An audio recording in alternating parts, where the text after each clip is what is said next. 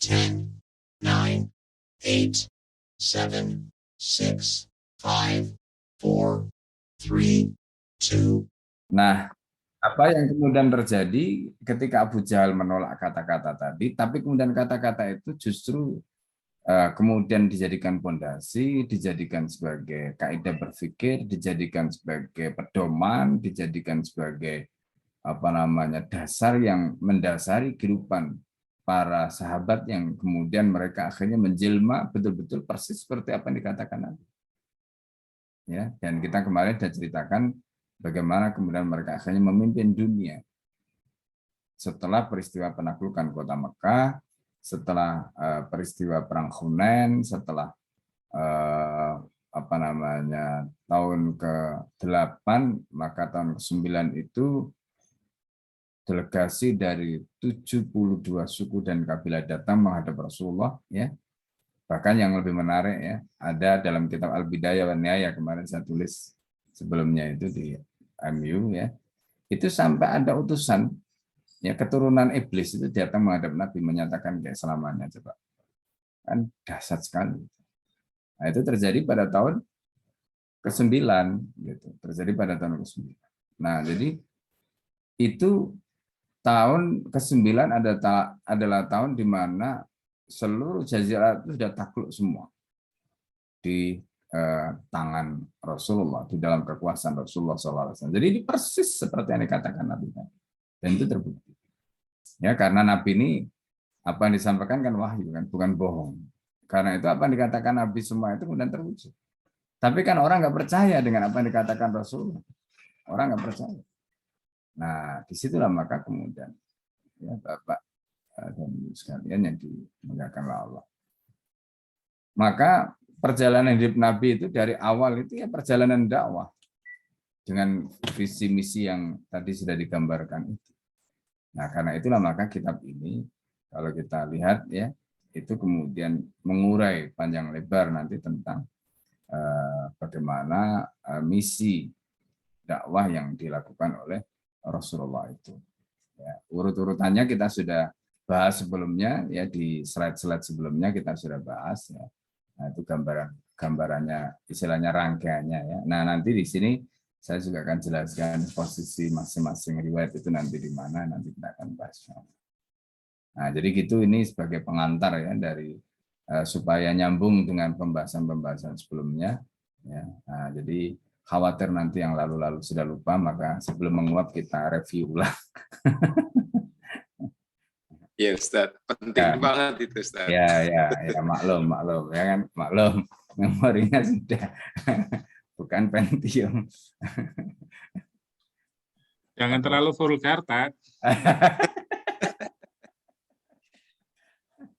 Ya. Otaknya bisa utang, bisa umur nih, dua-duanya. Silakan sekarang. Silakan dibaca sekarang halaman 46, dakwah pada musim haji pada kabilah Arab. Silakan. Mangga Pak Ade, siap baca? Ya, insya Allah. Lanjut. Bismillahirrahmanirrahim. Dakwah pada musim haji kepada kabilah Arab. 1. Bani Absin. Abu Nuaim meriwayatkan melalui Al-Waqidi dari Abdullah bin Wabisah Al-Absi dari ayahnya, dari kakeknya, katanya, Rasulullah SAW mendatangi rumah kami, rumah Bani Absin di Mina, ketika kami sedang singgah dalam Jumrah Ula di dekat Masjid Al-Khaif. Rasulullah menunggang kuda dengan Zaid bin Haritsah, membonceng di belakangnya. Beliau menyeru kami kepada Islam, tetapi demi Allah kami tidak menanggapi seruannya dan tidak ada kebaikannya bagi kami. Kami sudah pernah mendengar tentang dirinya dan seruannya pada musim haji. Ia berhenti di depan kami dan menyeru kami kepada Islam, tetapi kami tidak menanggapinya. Di antara kami ada Maisarah bin Masruk Al-Absi. Ia berkata, aku bersumpah demi Allah, jika kita mempercayai kata-kata lelaki ini dan membawanya ke tempat rombongan kita, itu pendapat yang baik. Aku bersumpah demi Allah, agama lelaki ini akan menang hingga ke tempat yang sangat jauh. Namun, kaum Absin berkata, jangan jerumuskan kami kepada sesuatu yang tidak bisa kami terima. Rasulullah SAW amat mengharapkan keislaman Maisarah, sehingga beliau berbicara dengannya. Maisarah berkata, betapa indah dan bercahayanya untayan kata-katamu, tetapi kaumku berseberangan denganku, sedangkan orang itu mengikuti kaumnya. Jika mereka tidak mendukungku, maka permusuhan akan berkembang lebih jauh. Rasulullah SAW pun berlalu, sementara seluruh kaum itu kembali ke kampung halamannya. Maisarah berkata kepada mereka, marilah kita berbelok ke Fadak, sebab di sana tinggal orang Yahudi yang bisa memintai keterangan tentang lelaki tadi. Mereka pun pergi menemui kaum Yahudi. Orang Yahudi itu mengeluarkan kitab mereka, meletakkannya, lalu membacakan kitab tentang Rasulullah SAW, yaitu Nabi yang umi, buta aksara, berbangsa Arab, bisa menunggang unta, merasa cukup dengan makanan yang kasar, roti keras. Tubuhnya tidak tinggi, tidak pendek. Rambutnya tidak ikal dan tidak lurus. Pada matanya terdapat warna kemerahan. Kulitnya cerah. Jika inilah yang menyerumu, maka ikutilah ia dan masuklah ke dalam agamanya. Sebenarnya kami hanya merasa iri dengki kepadanya sehingga tidak menjadi pengikutnya. Gara-gara dirinya lah di banyak tempat kami mengalami bencana besar. Sesungguhnya tak tersisa seorang pun dari bangsa Arab kecuali menjadi pengikutnya atau memusuhinya. Maka jadilah kalian termasuk orang yang mengikutinya. Maisarah berkata, wahai kaumku, urusan ini sudah jelas. Kaumnya menyahut, kita kembali musim haji depan, lalu kita temui ia. Mereka pun kembali ke negeri mereka, tetapi kesepakatan itu ditentang oleh tokoh mereka. Alhasil, tak seorang pun di antara mereka yang menjadi pengikut Rasulullah. Ketika Rasulullah SAW tiba di Madinah dan menunaikan haji wada, Maisarah menemuinya dan beliau segera mengenalinya. Maisarah berkata, wahai Rasulullah, demi Allah, aku senantiasa berharap bisa menjadi pengikutmu sejak hari ketika engkau menghentikan kami dulu hingga terjadilah apa yang terjadi. Allah menghendaki keterlambatanku masuk Islam sebagaimana yang kau lihat. Sesungguhnya semua orang yang bersamaku waktu itu telah tiada. Lalu di manakah tempat kembali mereka Rasulullah? Beliau menjawab, setiap orang yang mati di luar agama Islam, ia masuk neraka. Maisarah berkata, segala puji bagi Allah yang telah menyelamatkan diriku. Setelah itu Maisarah masuk Islam dan menjadi Muslim yang baik. Ia mendapat kedudukan penting di sisi Abu Bakar radhiyallahu anhu. Ya, sampai di situ dulu. Nah, jadi ini kalau kita lihat peristiwanya, ya. Jadi dakwah Rasulullah SAW pada musim haji kepada kabilah Arab. Jadi perlu dipahami ya, Bapak sekalian. Haji itu sudah disyariatkan sejak zaman Nabi Ibrahim. Di dalam surat Al-Hajj itu Allah menyatakan wa adin finnasi bil haji yaitu karijalan wa ala kulli dhamir. Jadi pada waktu itu Allah sudah turunkan ya perintah untuk berhaji. Jadi pada saat itu Allah sudah turunkan perintah untuk berhaji. Nah, karena itu ketika ayat ini turun, Nabi Ibrahim itu naik di atas gunung-gunung itu kemudian menyampaikan kepada kaumnya. Ya ayyuhannas hajju. Nah, jadi mereka diperintahkan untuk berhaji. Nah, ayat itu perintahkan wa'adin dan kumandangkanlah. Adin itu seperti adzan. Dan kumandangkanlah finnasi bil haji. Di tengah-tengah umat manusia itu tentang perintah haji.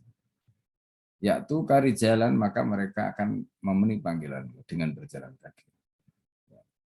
Nah, jadi, dan seterusnya ayat itu, intinya ayat ini menjelaskan tentang kewajiban haji.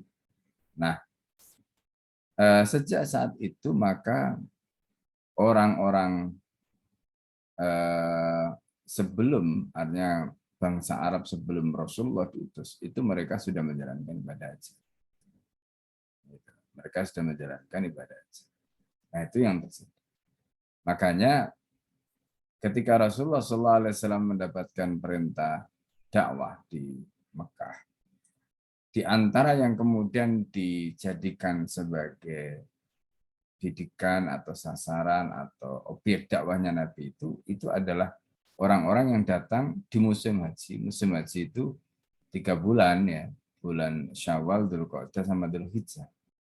Itu mereka di bide atau istilahnya menjadi objek dakwah Nabi, yang menjadi target dakwah Rasulullah. Nah, kemudian mereka ini yang didatangi. Nah, makanya kalau kita perhatikan di dalam riwayat tadi itu, riwayat dari Abu Nuaim, dari Al-Waqidi, dari Abdullah bin Wabisah, ya, dari Al-Absi, dari ayahnya, dari kakeknya, di situ kan diceritakan tadi. Jadi Rasulullah itu mendatangi Bani Absin, ya, ketika itu posisi mereka sedang di Mina. Kenapa sedang di Mina? Ya, karena mereka sedang mabit. Ya kan, kalau haji kan mereka selain tawaf di Ka'bah, mereka kan harus melaksanakan mabit di Mina dan seterusnya. Jadi mereka sedang di Mina. Jadi mereka itu sedang di Mina. Bahkan di sini lebih tegas disebutkan, jadi kami sedang singgah dalam Jumrah Ula. Jadi Jumrah Ula itu kalau kita perhatikan kan itu berarti pelaksanaan tanggal 11, 12, 13 ya di Minanya itu. Kalau tanggal 10 itu namanya Jumrah Aqabah. Karena jumrahnya cuma sekali, ya, Jumrah Aqabah. Nah, dan yang dilempar itu juga satu tiang, yaitu tiang Aqabah yang dekat dengan Mekah. Kan tiangnya ada 3 ya, ada Aqabah, ada Wusta, ada Ula. Ula itu yang paling dekat, ya, paling istilahnya paling ujung kalau di Mina itu. Ya, terus yang paling ujung ke arah Mekah itu namanya Aqabah. Nah, jadi di sini diceritakan, ya, di dalam riwayat ini bahwa ketika mereka sedang melaksanakan Jumrah Ula, ya, ada kemungkinan meskipun di sini tidak disebutkan tanggalnya tanggal berapa. Tapi karena di Mina itu dimulai tanggal 10 itu untuk Jumrah Aqabah, berarti kemungkinan tanggal 11, 12 atau 13, ya, karena kalau 12 itu nafar awal, berarti mereka yang pulang duluan. Ya, kalau 13 itu berarti mereka yang mengambil nafar sani, ya, pada saat melaksanakan haji. Nah, itu kata mereka. Jadi ketika itu kami berada di dekat Masjid Khaif. Jadi posisi Masjid Khaif itu, kalau ngomong-ngomong ini sudah pada haji belum ya? Kebayang nggak saya cerita? Ustaz, saya umroh saja baru. Umroh, tapi udah pernah ke Mina ya? Ke Mina, lewat aja. Lewat aja ya. Yang lain belum ya? Sudah, Ustaz. Alhamdulillah sudah, Ustaz. Ya, alhamdulillah. Nah, maksud saya gini, jadi Masjid Khaif ya, Masjid Khaif itu udah pernah dengar ya, Masjid Khaif yang di Mina itu ya? Ya. Sudah, Ustaz. Dekat terowongan Mina. Ya, dekat terowongan Mina itu Masjid Khaif itu. Itu Masjid Khaif. Jadi posisinya itu kan kalau dari terowongan Mina, itu dari terowongan Mina ke arah Jamarat itu sebelah kanan. Ya, posisinya itu sebelah kanan. Itu Masjid Khaif. Nah, jadi kalau maksud saya supaya kebayang gitu, kalau kita menjelaskan ini, kalau ada bayangan itu kan enak, ya kan. Jadi posisinya itu, posisi mereka tadi itu ada di situ karena posisi Masjid Khaif itu dulu sebelum ada masjidnya itu kan dipakai sebagai tempat mabit gitu, untuk bermalam di situ. Ya, jadi mabitnya Rasulullah itu ya di Masjid Khaif itu. Ketika melaksanakan haji itu di situ. Itu mabitnya Rasulullah. Rasulullah mendirikan tenda. Itu mabit. Nah, orang-orang yang tadi diceritakan tadi itu dari Bani Absin itu mereka berada di situ. Nah, kemudian Rasulullah mendatangi mereka. Nah, jadi peristiwa ini sebelum hijrah ke Madinah ini. Nah, jadi kalau kita perhatikan peristiwanya sebelum hijrah ke Madinah ini kira-kira tahun berapa? Nah, kalau kita lihat dalam konteks dakwah, ya, apa dilakukan Rasulullah ini itu kemungkinannya, karena di sini disebutkan tahunnya, itu kemungkinannya adalah di atas tahun ketiga kenabian. Itu. Karena tahun pertama, kedua, ketiga itu belum ada perintah dakwah secara terbuka seperti itu. Ya, istilahnya ya masih person to person lah.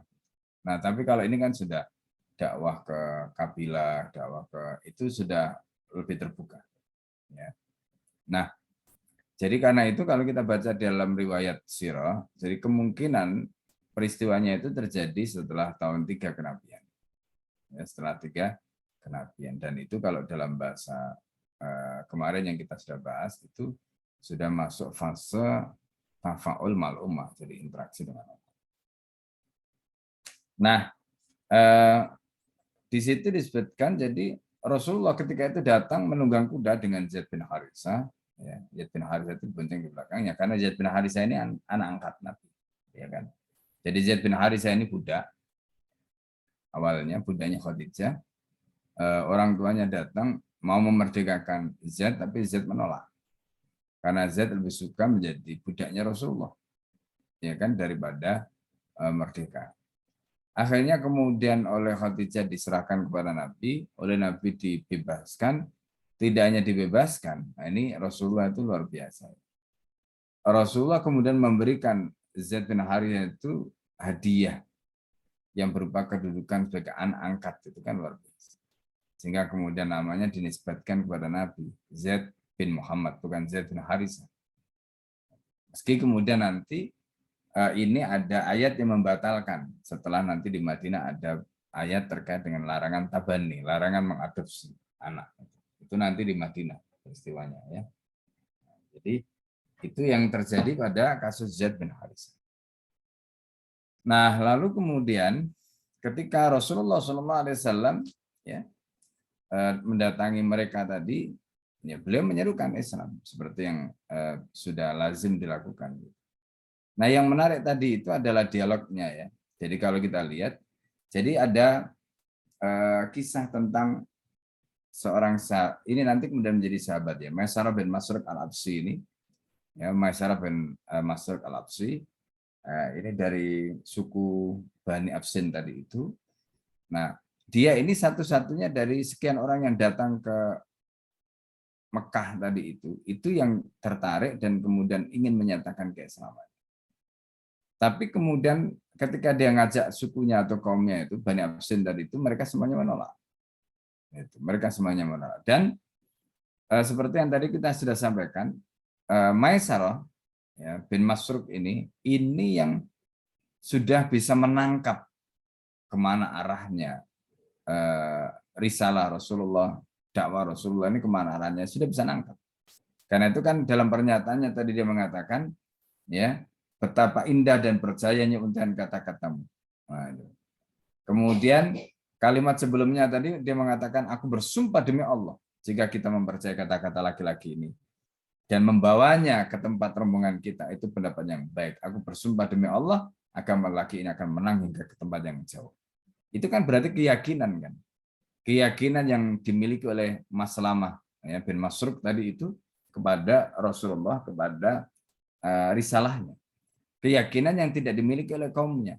Jadi ketika kaumnya melihat ini berbahaya, ya, jadi kaumnya tadi itu berpandangan pragmatis lah.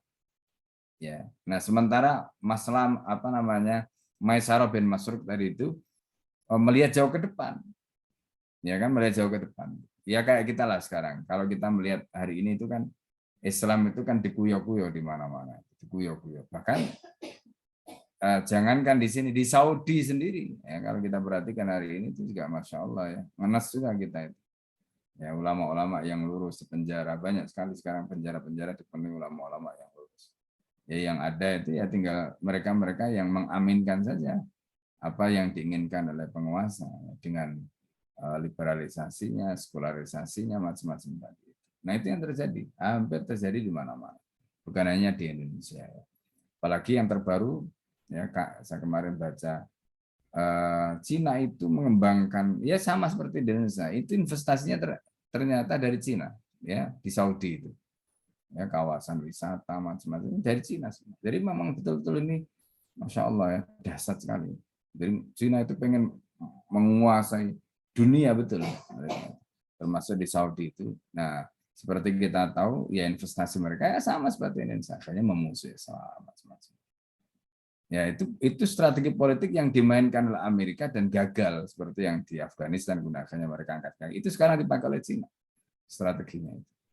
Ya, isu teroris itu kan dulu dipakai oleh Amerika. Sekarang kan Amerika udah meninggalkan itu, sekarang pakai Cina. Nah, itu yang juga sama terjadi di Saudi juga begitu. Mana-mana. Ya, nah, jadi itu kondisinya ya kalau kita perhatikan. Jadi Maisarah bin Masruq ini yakin dengan apa yang dia dengar, dengan apa yang dia lihat pada sosok Rasulullah SAW tadi, karena itu dia ngejak kaumnya, tapi kaumnya tidak percaya. Ya, nah pendek kata kemudian akhirnya Rasulullah meninggalkan mereka karena mereka tidak percaya. Kemudian akhirnya Rasulullah kembali sampai akhirnya Allah memberikan kemenangan kepada Nabi di Madinah. Nah, Allah ini memberikan umur panjang kepada Maisarah bin Masruq ini.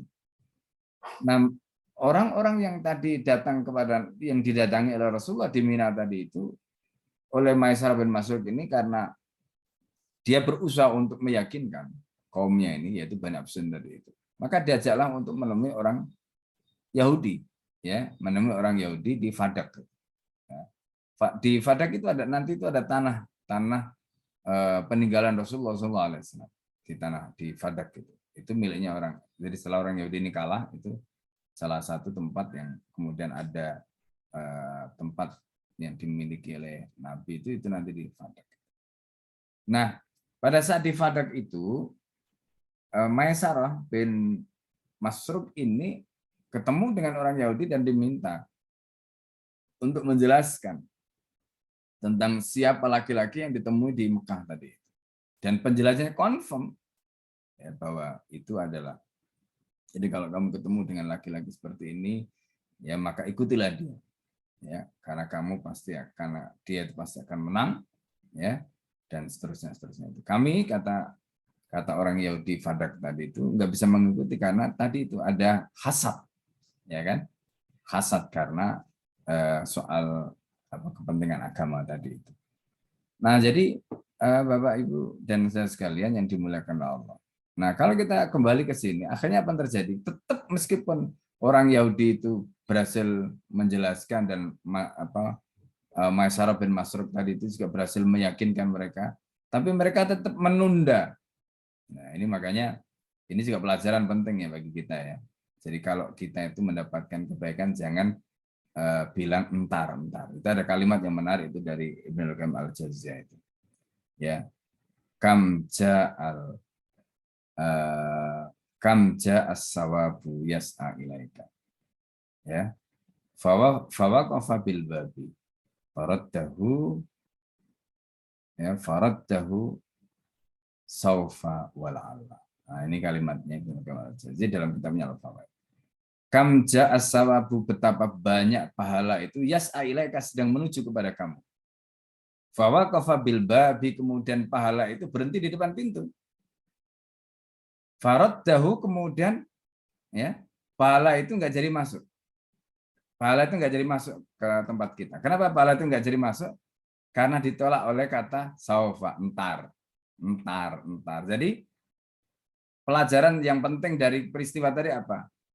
Orang Bani Ahsin itu akhirnya dia mati dalam keadaan su'ul khotimah, mati dalam keadaan kafir. Bahkan ketika Maisarah bin Masruq tadi itu datang ke Madinah setelah Rasulullah menang, ya, setelah Rasulullah menang itu kan, kalau kita lihat peristiwanya tadi kan disebutkan, ya, pada saat Rasulullah tiba di Madinah menunaikan Haji Wada itu, Maisarah bin Masruq itu datang menghadap Rasulullah. Berarti itu kan dia masih ketemu di ujung. Dan untungnya Rasulullah masih hidup itu. Ya kan? Rasulullah masih hidup. Padahal itu sudah setelah haji itu kan berarti tinggal beberapa hari lagi. Ya kan? Tinggal beberapa hari lagi. Nah, itu yang terjadi. Ya. Nah, Bapak sekalian yang dimuliakan Allah, kata Masruq ketika ketemu Rasulullah pada saat di Madinah itu, dia katakan, ya Rasulullah. Ya, jadi Rasulullah itu masih ingat, karena Rasulullah itu ingatannya nggak lupa Rasulullah itu. Ya. Rasulullah begitu Masruq Maisarah bin Masruk itu datang menghadap Rasulullah di Madinah, itu Rasulullah langsung ingat. Ya, terus Maisarah ini cerita, ya Rasulullah, orang-orang yang dulu bersama kami menghadapmu itu sudah mati semua, katanya. Terus Maisarah bin Masruk itu bertanya kepada Rasulullah, terus bagaimana nasib mereka? Katanya, nah itu dijawab oleh Rasul, setiap orang yang mati di luar agama Islam maka mereka masuk neraka. Ya kan? Masya Allah katanya. Terus Maisarah bin Masruk berkata apa? Alhamdulillah. Ya. Alhamdulillah. Segala pujiannya milik Allah. Yang telah menyelamatkan aku, katanya. Ya, yang telah menyelamatkan. Kenapa? Karena Maisarah itu diberi umur panjang. Sehingga akhirnya bisa menemui Rasulullah di Madinah dan masuk Islam. Nah, itu. Coba bayangkan kalau seandainya Maisarah itu sama seperti kaumnya tadi, mati duluan, padahal awalnya itu udah percaya, lalu ditentang oleh kaumnya tadi, akhirnya nggak jadi masuk Islam. Seandainya Maisarah itu ditakdirkan mati juga pada waktu itu, nggak akan ketemu. Nah, ini juga pelajaran penting ya Bapak sekalian. Apa pelajarannya? Kalau kita ingin bertobat, ingin melakukan amal soleh, tadi itu, pahala itu pahala itu jalan menuju ke kita. Tapi pahala itu nggak jadi. Ini mindset yang harus kita bangun ya. Nah, jadi nasihat itu sering, ya saya secara pribadi camkan di dalam benak saya. Jadi kalau kita lagi mau melakukan apa, antar aja lah. Itu kita langsung ingat pesan tadi itu. Kam ja'a as-sawabu yas'a ilaika fa waqafa bil babi faraddahu saufa wala'ala. Betapa banyak pahala itu sedang berjalan menuju ke arahmu, tetapi terhenti di depan pintu sehingga akhirnya nggak jadi. Ya, kenapa? Akhirnya ditolak oleh saufa. Jadi kita itu gara-gara mengatakan entar itu pahala nggak jadi kita dapatkan saat itu. Coba kalau kita nggak mengatakan entar, langsung kita kerjakan, pahala dapat langsung.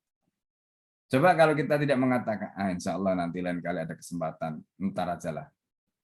Seandainya kita tidak melakukan seperti itu, maka pahala itu langsung dapat. Nah ini, ya contoh ya, kadang-kadang ini dalam kasus haji atau umrah, kadang-kadang sering kali kasusnya seperti itu. Orang itu sudah ada dananya, sudah ada, entar aja lah. Ya, dipakai apa dulu lah. Gitu. Akhirnya habis, nggak jadi.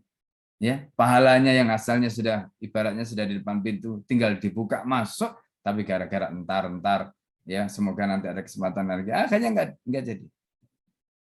Ya, dan itulah yang sering terjadi. Makanya di dalam melakukan amal soleh, dalam melakukan kebaikan kita tidak boleh menunda-nunda.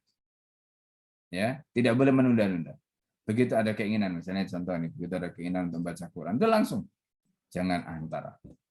Nah, atau misalnya kita lupa belum sholat duha atau apa, udah laksanakan langsung, jangan ditunda-tunda karena kita tidak tahu waktu itu hanya ada 3 ya, sekarang, dari kemarin, sekarang, dan nanti.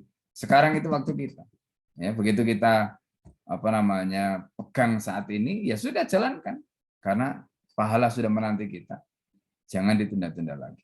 Nah, jadi itu poin penting yang kita bisa ambil ya, pelajaran dari kisah Maisarah bin Masruk dari Bani Absin tadi itu. Ya, dan bagaimana pertemuan mereka dengan Rasulullah yang kemudian akhirnya tidak satu pun masuk Islam ya kecuali Maisarah bin Masruk. Dan akhirnya Allah memberikan kepada Maisarah bin Masruk itu ya kebaikan yang tidak diberikan pada yang lain. Ya. Baik. Silakan. Baik, dari Bogor kita bergeser ke Lampung. Gus Hani, silakan lanjutkan. Nomor 2, Bani Amir bin Sa'ah. Bin So'ah. So'ah. Bismillahirrahmanirrahim. Kedengaran suara? Ya. Ya, bagus. Bani Amir bin So'ah. Abu Nuaim dalam Dalail An-Nubuwah meriwayatkan dari Abdurrahman Al-Amiri dari para ketua kaumnya, mereka berkisah. Rasulullah SAW menghampiri kami ketika kami berada di pasar Ukaz. Beliau bertanya, dari kabilah manakah kaum ini? Kami menjawab, dari Bani Amir bin Sa'ah. Rasulullah bertanya lagi, Bani Amir yang mana? Kami menjawab, Bani Ka'ab bin Rabi'ah. Beliau bertanya, bagaimana kekuatan kalian? Kami menjawab, kami tidak terkalahkan, kami tidak tertandingi. Rasulullah berkata, sesungguhnya aku adalah utusan Allah. Jika aku datang kepada kalian, maukah kalian melindungiku hingga aku bisa menyampaikan risalah Tuhanku? Aku tidak akan memaksakan sesuatu pun kepada siapapun di antara kalian. Mereka bertanya, dari Quraisy manakah engkau? Rasulullah menjawab, dari Bani Abdul Muthalib. Mereka bertanya lagi, bagaimana hubunganmu dengan Bani Abdi Manaf? Rasulullah menjawab, mereka adalah orang yang paling awal mendustakan dan mengusirku. Orang itu berkata, kami tidak akan mengusirmu, tetapi kami tidak beriman kepadamu, dan tidak pula melarangmu untuk menyampaikan risalah Tuhanmu. Maka Rasulullah singgah di tempat mereka, sementara Bani Amir melanjutkan jual beli, tiba-tiba datanglah Bujroh bin Qais al-Kushairi. Ia bertanya, siapakah orang asing yang bersama kalian ini? Mereka menjawab, ia adalah Muhammad bin Abdullah al-Quraisy.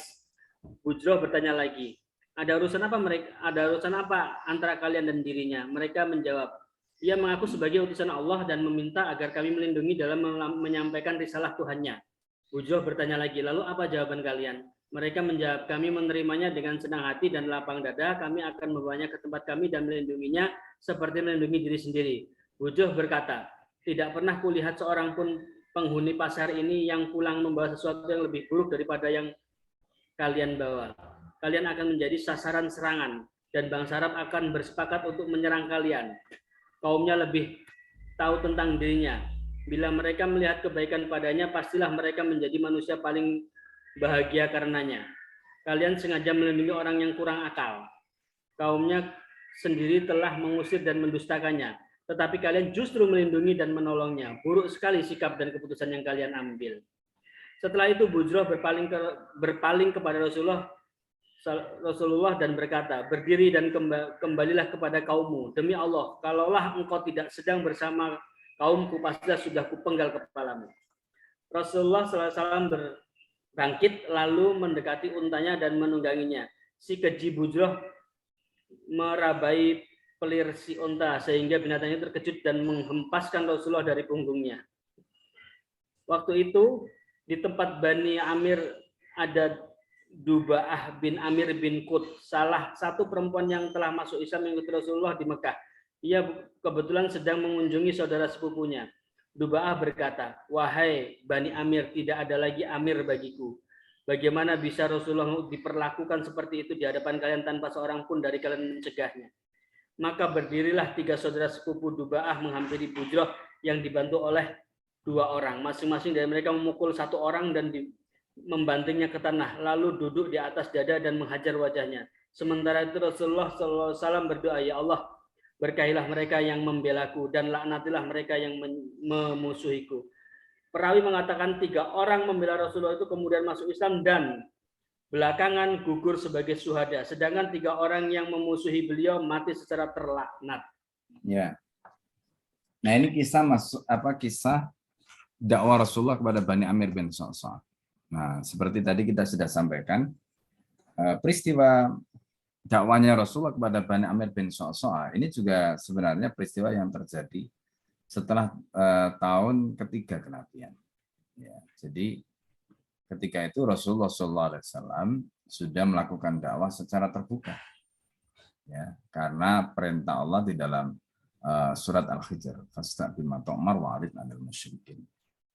Nah, jadi yang perlu dipahami di dalam riwayat ini itu disebutkan tentang bagaimana awalnya, ya, kalau kita baca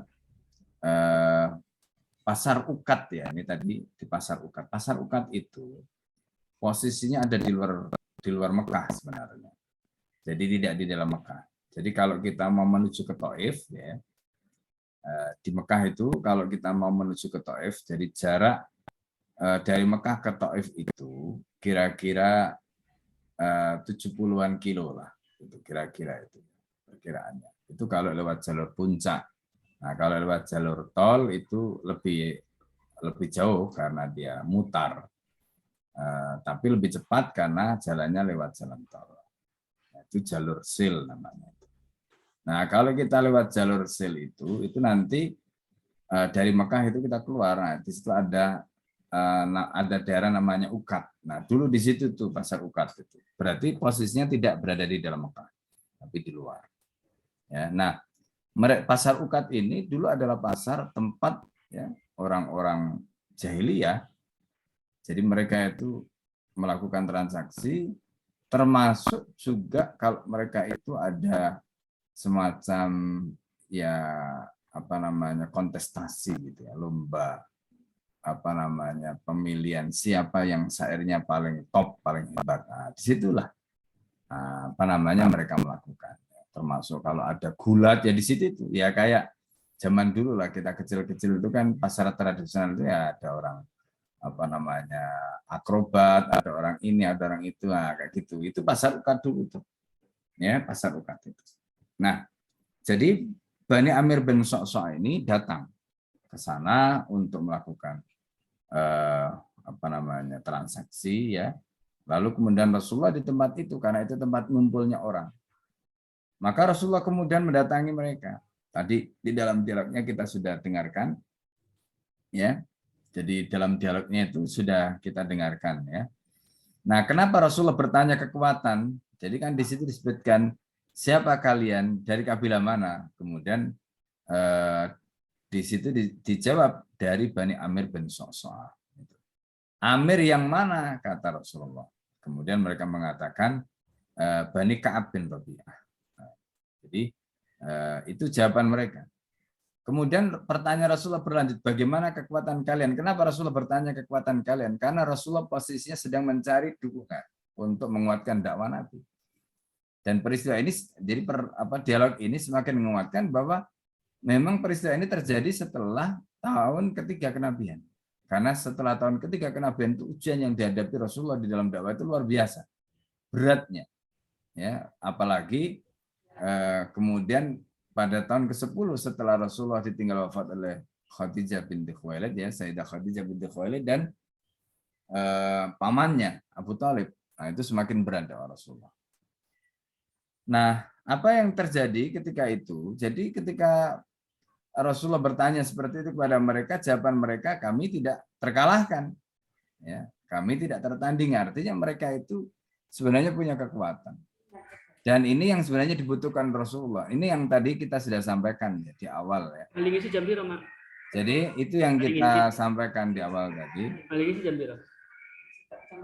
Di mood Pak. Nah, jadi ini yang kita sampaikan di awal tadi bahwa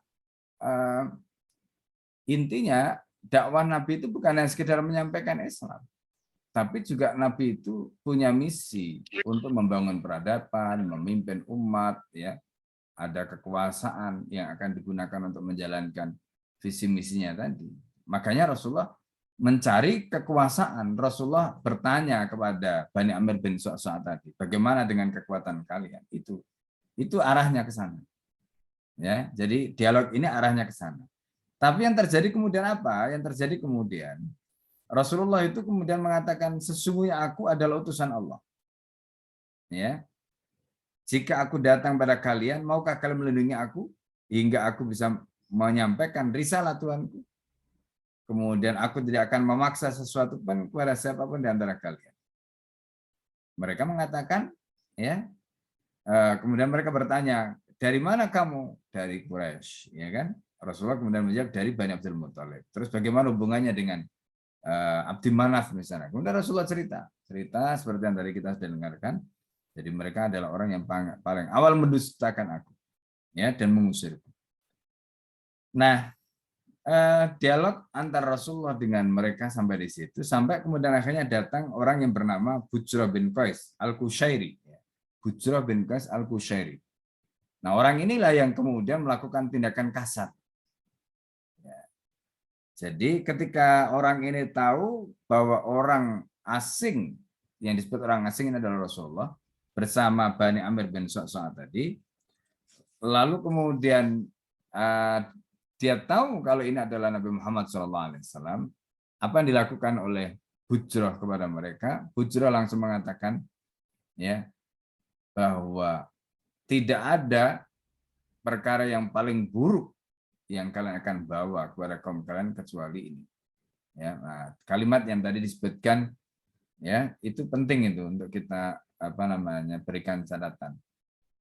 Nah, jadi bujro itu sudah paham konsekuensi dari membawa Nabi Muhammad itu, paham apa konsekuensinya ini nanti. Jadi disebutkan. Jadi kalian akan menjadi sasaran serangan dan bangsa Arab akan sepakat untuk menyerang kalian. Ini konsekuensinya. Kaumnya lebih tahu tentang dirinya bila mereka melihat menyerang kalian. Kaumnya lebih tahu tentang dirinya bila mereka melihat kebaikannya padanya, pasti mereka menjadi manusia paling bahagia karenanya. Kalian sengaja melindungi orang yang kurang akal. Kaumnya sendiri telah mengusir memusuhkannya, tetapi kalian justru melindungi dan menolongnya. Buruk sekali sikap dan keputusan kalian ambil. Kata-kata bujro ini menggambarkan memang bujro tahu konsekuensinya. Bahwa ketika mereka membawa Nabi, maka dampaknya itu nanti mereka akan berhadapan dengan orang Arab. Mereka akan menjadi sasaran tembak dan sebagainya. Itu pasti. Nah, ini yang kemudian akhirnya terjadi. Ya kan? Itu yang kemudian akhirnya terjadi. Nah, Bapak sekalian yang dimuliakan Allah, ya, apa yang kemudian dilakukan oleh bujro? Yang dilakukan oleh bujro itu mengusir mereka. Mengusir Rasulullah. Ya, menyuruh Rasulullah berdiri, kemudian jadi kita bisa bayangkan ya kalimatnya ini. Berdiri dan kembalilah kamu kepada kaummu. Demi Allah, kalau engkau tidak sedang bersama kaumku, pasti sudah kupenggal. Kan kurang ajar sekali. Kata-kata itu disampaikan kepada Rasulullah.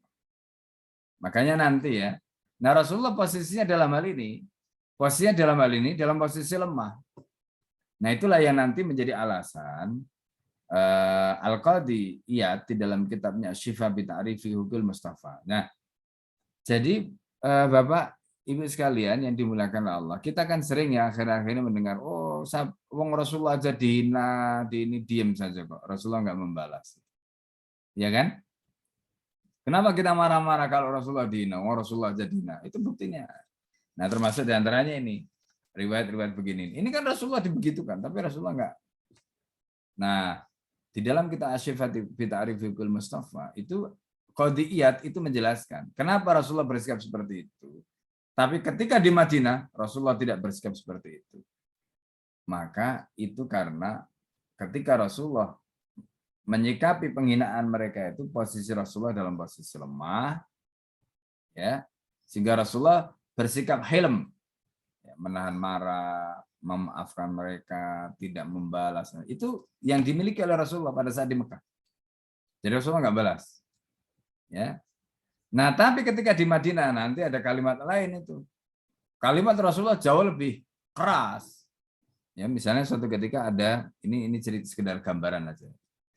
Jadi kalau kita baca setelah penaklukan kota Mekah, setelah peristiwa tahun ke-9 itu, nah, pada tahun ke-10 sebelum Haji Wada, itu Rasulullah ngutus Khalid untuk mendatangi Bani Haris. Nah, Bani Haris ini posisinya itu ada jadi Bani Haris itu Yaman sebenarnya, masih masuk wilayah Yaman. Ya. Jadi masih masuk wilayah Yaman, maksudnya tidak jauh lah. Jadi masih kabilah Arab ya. Tapi karena dia terlambat masuk Islam, kata Rasulullah kepada Khalid, ajak mereka masuk Islam. Kalau mereka mau masuk Islam ya jangan diperangi. Gitu. Akhirnya betul amanah Rasulullah itu dijalankan oleh Khalid dan betul-betul mereka masuk Islam.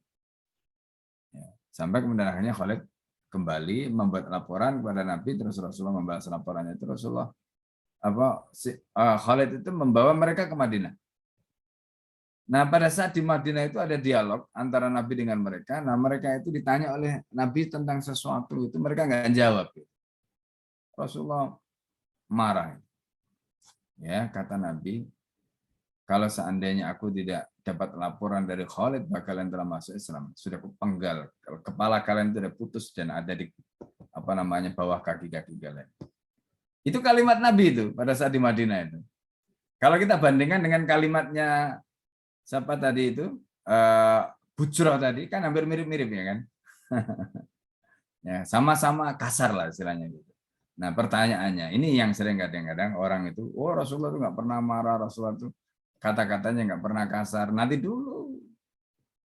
Nah dalam konteks Bujroh tadi kata-kata Rasulullah seperti itu karena posisi Rasulullah ketika itu seperti apa, Sementara di Madinah ketika Rasulullah berhadapan dengan Bani Haris kata-kata yang seperti apa. Nah, jadi kita itu supaya bisa menempatkan. Nah, apalagi kalau kita belajar ilmu ushul fikih nanti belajar, oh ini kok ada dua hadis yang bertentangan ya, hadis ini begini kan ini kan dua riwayat ini. Riwayat sebelum di Madinah seperti ini, riwayat setelah di Madinah begini. Nah, itu berarti ada dua hukum, Pak, bukan satu hukum.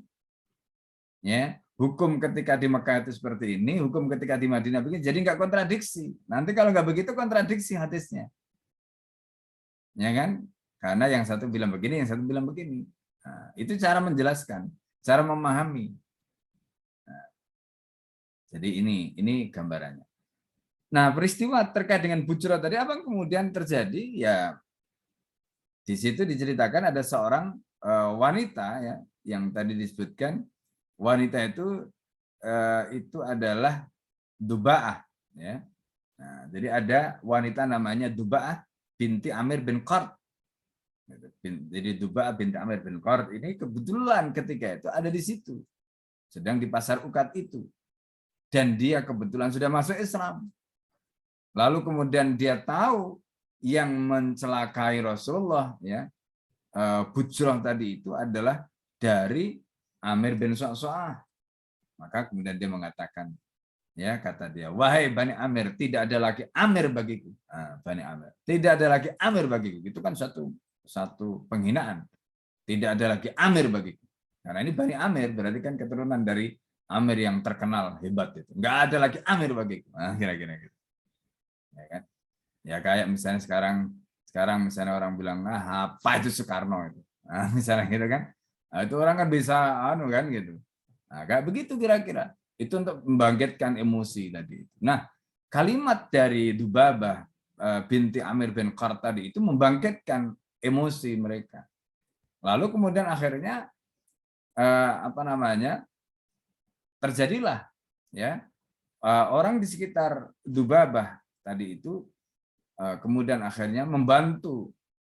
Akhirnya si Bujrah tadi dipukul sampai kemudian akhirnya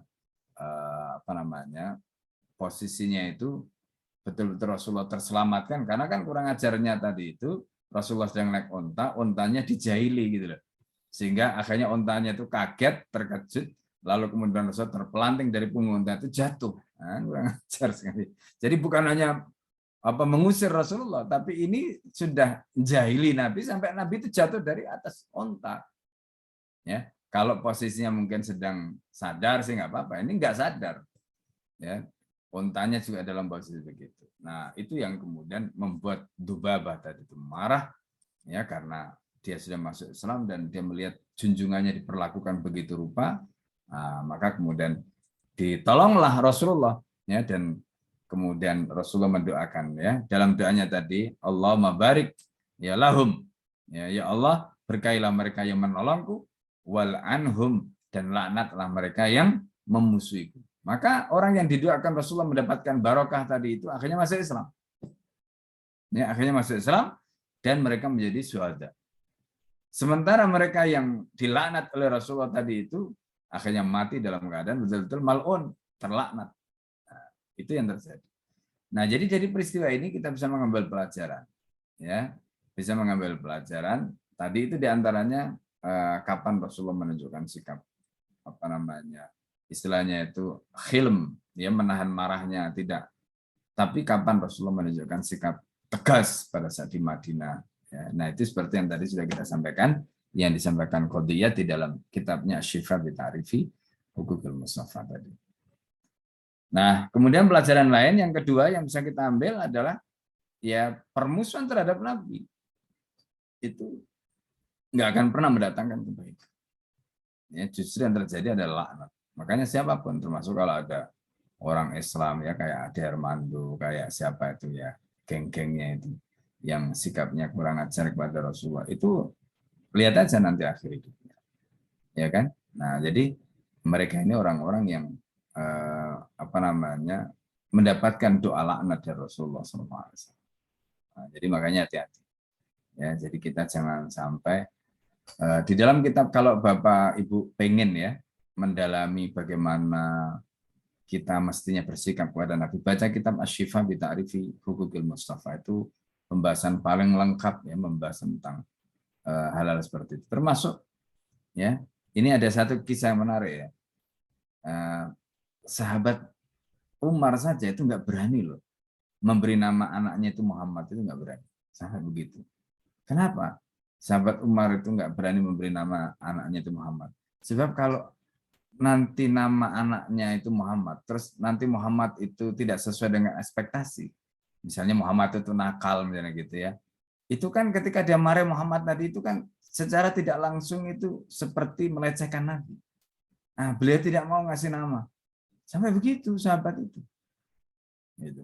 Coba bayangkan kalau kemudian sekarang ada yang gambar karikatur ya, terus apa namanya menghina begitu rupa Rasulullah ya, yang ngata-ngatain ini itu macam-macam, seperti kemarin yang orang Cina itu siapa itu yang menghina Nabi yang enggak begitu itu ya, belum lagi si siapa KC atau siapa itu ya, atau si siapa namanya Buya Sakur atau siapa itu yang apa namanya bilang Nabi itu suka berondong lah macam-macam.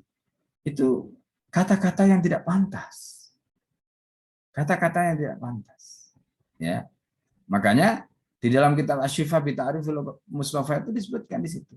Jadi kalau ada misalnya di antara umat Nabi Muhammad itu sampai katakanlah mensifati Nabi dengan sifat yang dalam tanda petik itu melecehkan saja, itu sudah ya menjatuhkan martabat dia sebagai seorang muslim.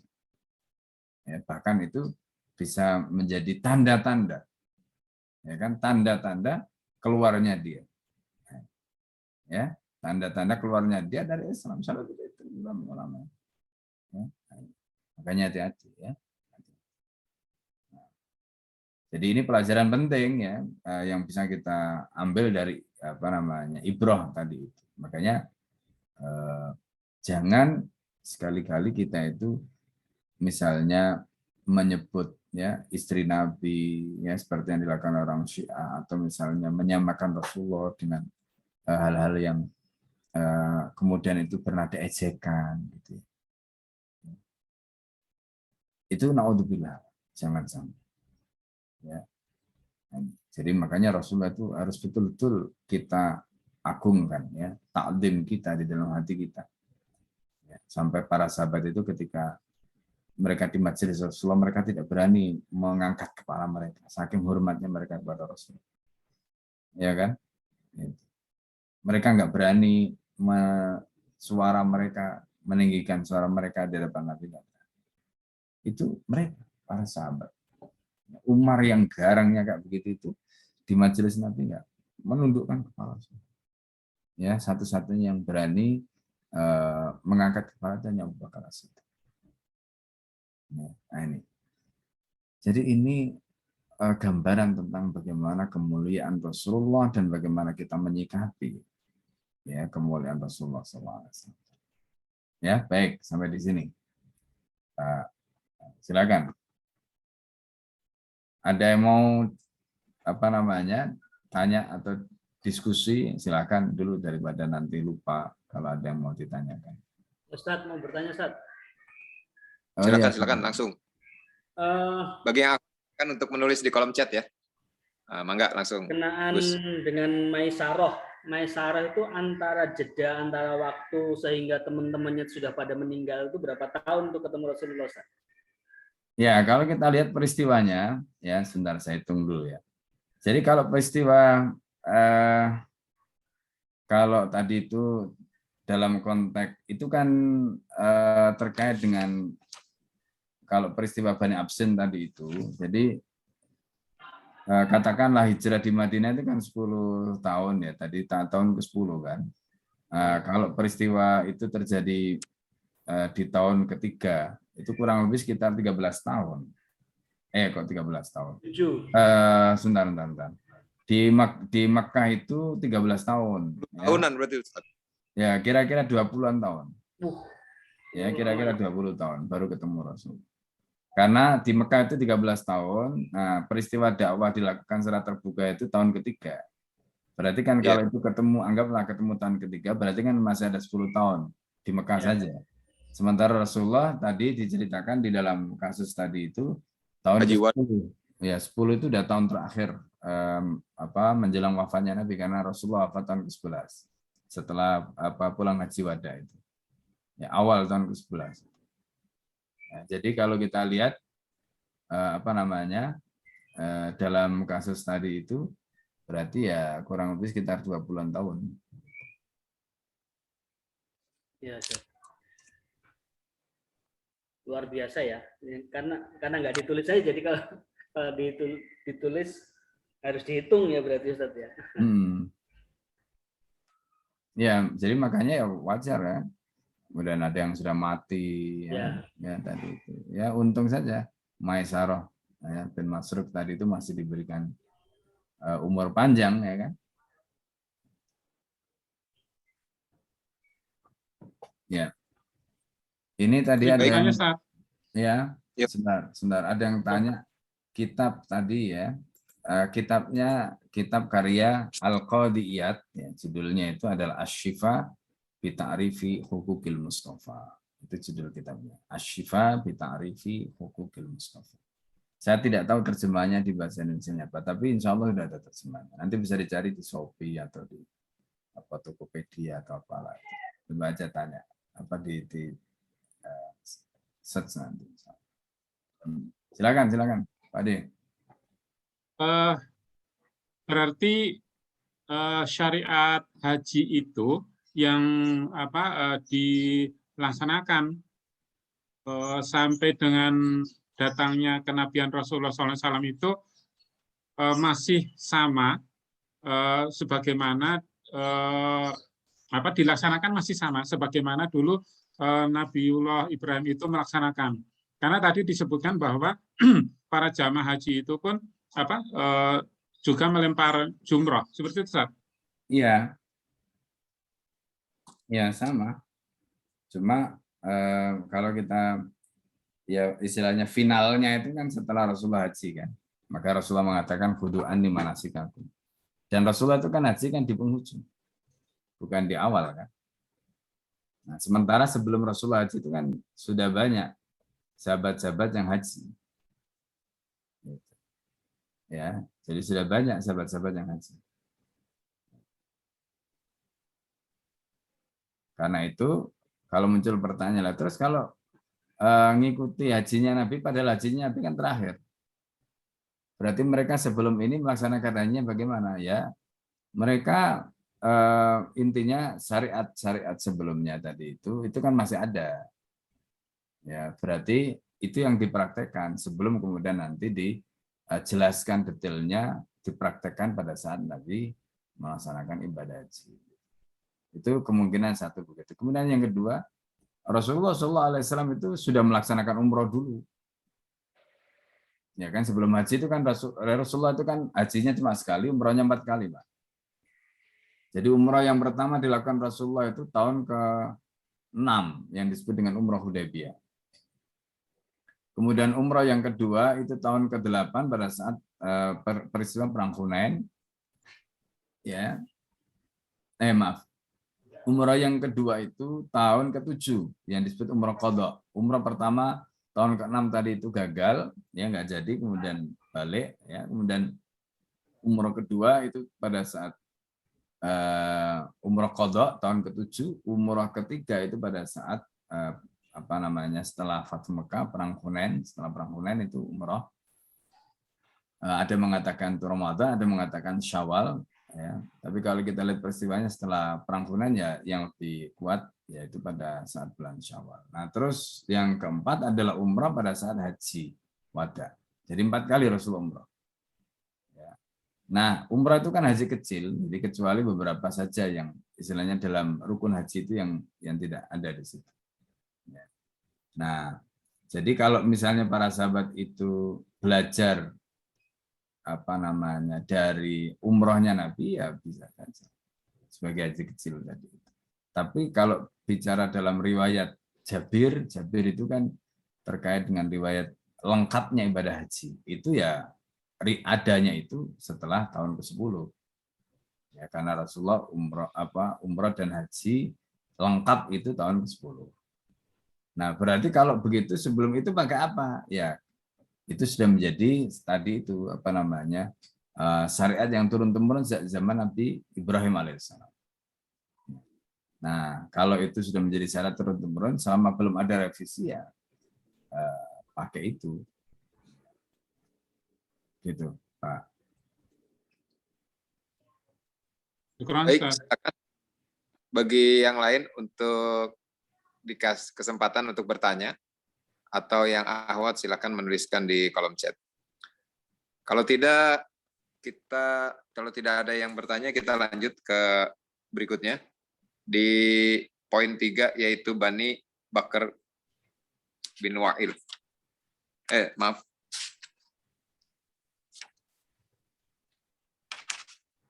Ya, betul ya.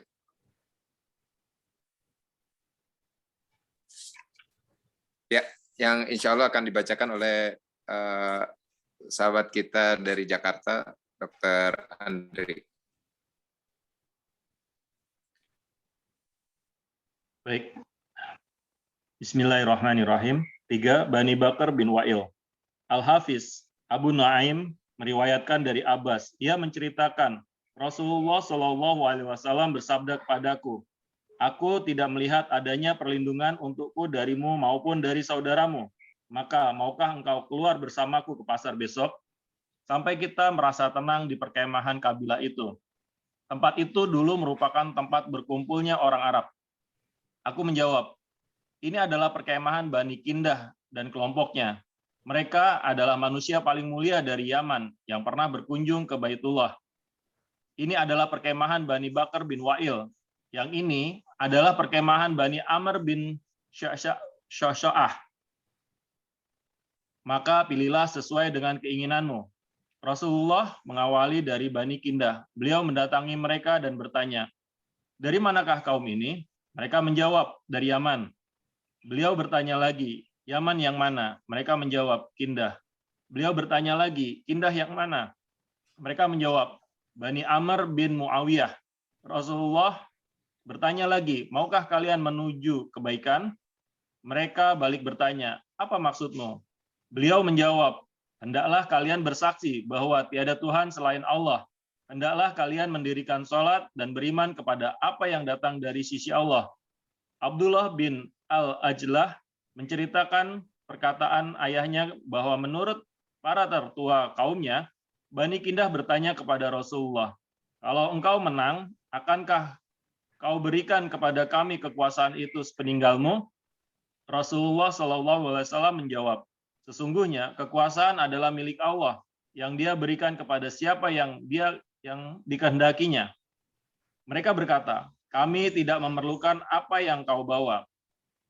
Lalu mereka berkata, apakah engkau datang kepada kami untuk menghalangi kami dari menyembah Tuhan kami dan membuat kami memusuhi bangsa Arab? Kembalilah kepada kaummu, sebab kami tidak memerlukanmu. Rasulullah kemudian meninggalkan mereka lalu beralih ke tempat Bani Bakar bin Wa'il dan bertanya, dari manakah kalian? Mereka menjawab, dari keluarga Bakar bin Wa'il. Beliau bertanya lagi, Bakar bin Wa'il yang mana? Mereka menjawab, dari Bani Qais bin Sa'labah. Rasulullah bertanya, berapa jumlah kalian? Mereka menjawab, banyak, bagaikan butiran pasir di bukit pasir. Rasulullah bertanya, bagaimana kekuatan kalian? Mereka menjawab, kami tidak punya kekuatan untuk melawan Persia. Kami tidak terlindung dari mereka dan tidak sanggup melindungi orang lain dari serangan mereka.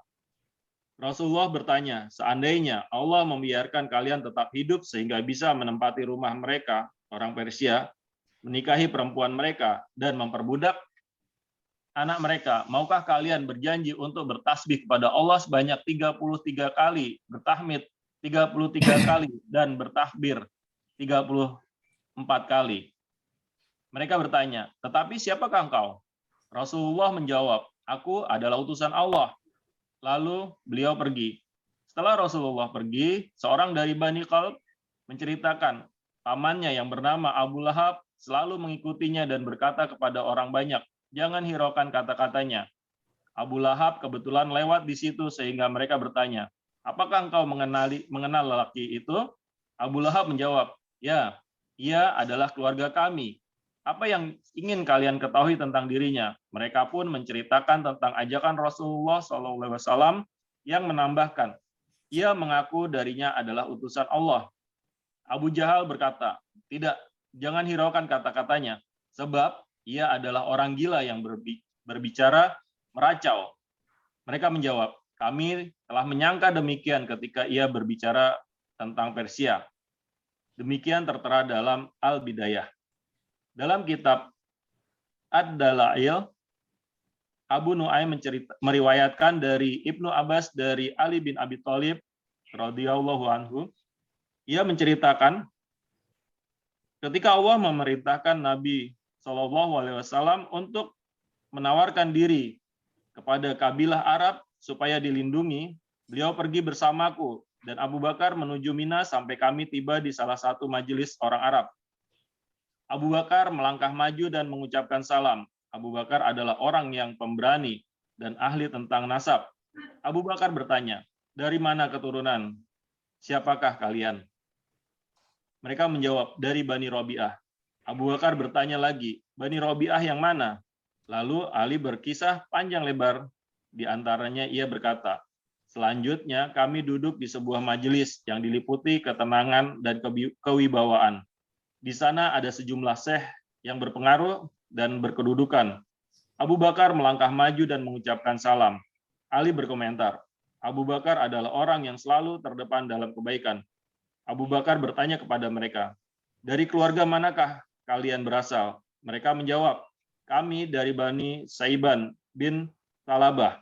Abu Bakar berpaling kepada Rasulullah SAW seraya berkata, demi ayah bundamu, sungguh tidak ada yang lebih mulia di antara kaumnya daripada mereka. Di dalam kaum itu ada sosok seperti Mafru' bin Amr, Hani bin Khubaidah, Musanna bin Harithah, dan Nu'man bin Syari'. Di antara mereka, yang paling dekat dengan Abu Bakar adalah Mafru' bin Amr. Dan Mafru' ini adalah orang terbaik dalam hal kefasihan bicara dan bahasa. Rambutnya dijalin menjadi dua dan menjulur sampai ke dada. Saat itu ia juga duduk paling dekat dengan Abu Bakar. Maka bertanyalah Abu Bakar kepadanya, berapa jumlah kalian? Mafru' menjawab, jumlah kami lebih dari 1.000 orang, dan 1.000 tidak terkalahkan karena sedikitnya. Abu Bakar bertanya, bagaimana kekuatan kalian? Mafru' menjawab, kami selalu bekerja keras dan setiap kaum mendapatkan bagiannya. Abu Bakar bertanya lagi, bagaimana peperangan kalian dengan musuh kalian? Mafru' menjawab, kami amat bersemangat bila berhadapan dengan musuh, dan kami bertempur dengan sengit bila sedang bersemangat. Sesungguhnya, kami lebih mementingkan kuda yang kuat daripada anak, dan lebih memilih senjata daripada unta-bunting. Sedangkan pertolongan berasal dari sisi Allah. Kemenangan sesekali berpihak kepada kami dan sesekali berpihak kepada musuh kami. Apakah engkau adalah saudara dari Quraisy? Abu Bakar menjawab, jika kalian telah mendengar bahwa beliau adalah utusan Allah, karena itulah beliau berada di sini. Mafru' berkata, kami telah mendengar bahwa beliau mengatakan demikian. Selanjutnya, ia berpaling kepada Rasulullah SAW dan bertanya, kepada apa engkau mengajak kami, wahai saudara Quraisy? Rasulullah SAW menjawab, maju dan mengambil tempat duduk, sementara Abu Bakar berdiri sambil menaungi beliau dengan bajunya. Rasulullah SAW bersabda, aku mengajak kalian untuk bersaksi bahwa tiada Tuhan selain Allah yang Maha Esa, dan sesungguhnya aku adalah utusan Allah. Aku mengajak kalian untuk melindungi dan menolongku sampai aku selesai melaksanakan perintah Allah. Sebab sesungguhnya kaum Quraisy telah bersatu padu untuk memerangi agama Allah, mendustakan Rasul-Nya, dan lebih meridhoi kebatilan daripada kebenaran. Sungguh Allah Maha Kaya, lagi Maha Terpuji. Masruq bertanya lagi, pada apa lagi engkau menyeru kami, wahai saudara Quraisy? Maka Rasulullah SAW membaca ayat. Katakanlah, Marilah kubacakan apa yang diharamkan atas kamu oleh Tuhanmu, yaitu janganlah kamu mempersekutukan sesuatu dengan Dia. Berbuat baiklah terhadap dua orang ibu bapak, dan janganlah kamu membunuh anak kamu karena takut kemiskinan. Kami akan memberi rezeki kepadamu dan kepada mereka, dan janganlah kamu mendekati perbuatan yang keji, baik yang nampak di antaranya maupun yang tersembunyi. Dan jangan kamu membunuh jiwa yang diharamkan Allah membunuhnya, melainkan dengan sesuatu sebab yang benar. Demikian itu diperintahkan kepadamu supaya kamu memahaminya, dan janganlah kamu mendekati harta anak yatim, kecuali dengan cara yang lebih bermanfaat, hingga sampai ia dewasa. Dan sempurnakanlah takaran dan timbangan dengan adil. Kami tidak memikulkan beban kepada seseorang, melainkan sekedar kesanggupannya. Dan apabila kamu berkata, maka hendaklah kamu berlaku adil. Kendati pun ia adalah kerabatmu, dan penuhilah janji Allah. Yang demikian itu diperintahkan Allah kepadamu agar kamu ingat. Dan bahwa yang kami perintahkan ini adalah jalanku yang lurus, maka ikutilah dia. Dan janganlah kamu mengikuti jalan yang lain, karena jalan itu mencerai-beraikan kamu dari jalannya. Yang demikian itu diperintahkan Allah agar kamu bertakwa. Quran Surat Al-An'am 151 sampai 153. Mafruq berkata, lalu kepada apa lagi engkau mengajak kami, wahai saudara Quraisy? Demi Allah, ini bukanlah perkataan penghuni bumi. Andaikan ini berasal dari kata-kata mereka, tentu kami mengetahuinya. Lalu Rasulullah SAW membaca ayat, sesungguhnya Allah menyuruh kamu berlaku adil dan berbuat kebajikan, memberi kepada kaum kerabat, dan Allah melarang dari perbuatan keji, kemungkaran, dan permusuhan. Dia memberi pengajaran kepadamu agar kamu dapat mengambil pelajaran. Quran Surat An-Nahl ayat 90. Ya, sampai situ dulu. Panjang ini. Ya. Jadi ini juga peristiwa yang terjadi setelah tahun ketiga ya kenabian. Jadi kalau kita lihat peristiwa bagaimana Rasulullah SAW bertemu dengan Bani Bakar, ya Bakar bin Wa'il. Ini nanti dalam peristiwa berikutnya nanti terkait dengan peristiwa Sulh Hudaybiyah ya. Sulh Hudaybiyah itu setelah Rasulullah hijrah sebenarnya. Jadi Rasulullah itu hijrah, kemudian tahun ke-6 ya, tahun ke-6 Hijriah itu terjadi perjanjian Hudaybiyah. Nah, salah satu klausul perjanjian di dalam perjanjian Hudaybiyah itu karena di sana itu nanti ada semacam koalisi yang dibangun oleh Rasulullah dan Quraisy itu. Jadi di dalam kasus itu nanti melibatkan Bani Bakar dan satunya itu Bani Khuza'ah. Nah, gitu ya, satunya itu Bani Khuza'ah. Nah, jadi kalau di dalam kasus ini disebutkan Rasulullah SAW mendatangi Bani Bakar ini sebelum peristiwa tahun ke-6 Hijriah. Ya, artinya ini adalah saat Rasulullah masih di Mekah dan peristiwa itu terjadi pada saat setelah 3 tahun kenabian. Ya. Tepatnya kalau kita lihat ya ini ya, waktunya hampir-hampir berdekatan dengan peristiwa kedatangan Rasulullah kepada Bani Amir bin Sa'sa'ah. Karena kalimat-kalimat yang disampaikan tadi itu semuanya isinya terkait dengan keinginan Nabi untuk mendapatkan dukungan kekuasaan. Tadi kepada Bani Amir bin Sa'sa'ah itu ada riwayat yang lain sebenarnya, masih ada yang agak panjang sedikit. Itu terkait dengan, jadi Bani Amir bin Sa'sa'ah, sebelum kita masuk ke cerita Bani Bakar, itu mereka sempat menyatakan kepada Nabi ya sebelum syararoddin tadi istilahnya itu melakukan penolakan yang keras yang biadab dan kurang ajar tadi itu mereka sempat, kalau tadi kan kalimatnya kan sampai di situ saja kan, bahwa mereka itu sempat menerima ya, dan akan membawa Rasulullah kepada suku atau kaumnya ya kan, sampai kemudian bertemu dengan Bujroh tadi itu.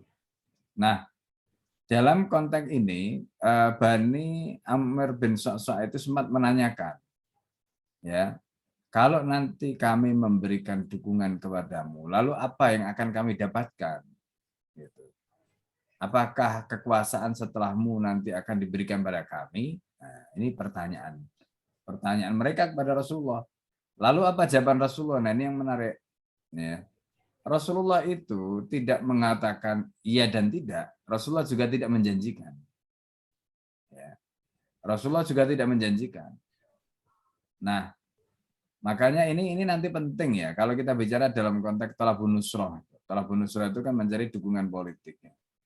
Kan biasanya kalau orang itu mau koalisi itu kan mesti ada bagi-bagi kekuasaan kan. Nanti saya dapat apa kalau saya dukung itu kan selalu ada begitu itu pembicaraannya. Nah, Rasulullah ketika ditanya seperti itu jawabannya inna hadzal amra lillah yad'uhu liman yasha kata Nabi itu. Urusan ini itu miliknya Allah bukan milikku. Jadi bagaimana mungkin aku bagi-bagi kue, ibaratnya begitu. Ya, yang nanti akan bagi-bagi kue itu ya Allah, urusan ini miliknya Allah. Maka Rasulullah mengatakan inna hadzal amra lillah, urusan ini miliknya Allah. Yad'uhu liman yasha. Allah akan memberikan urusan ini kepada siapa yang Allah kehendaki. Nah, gitu.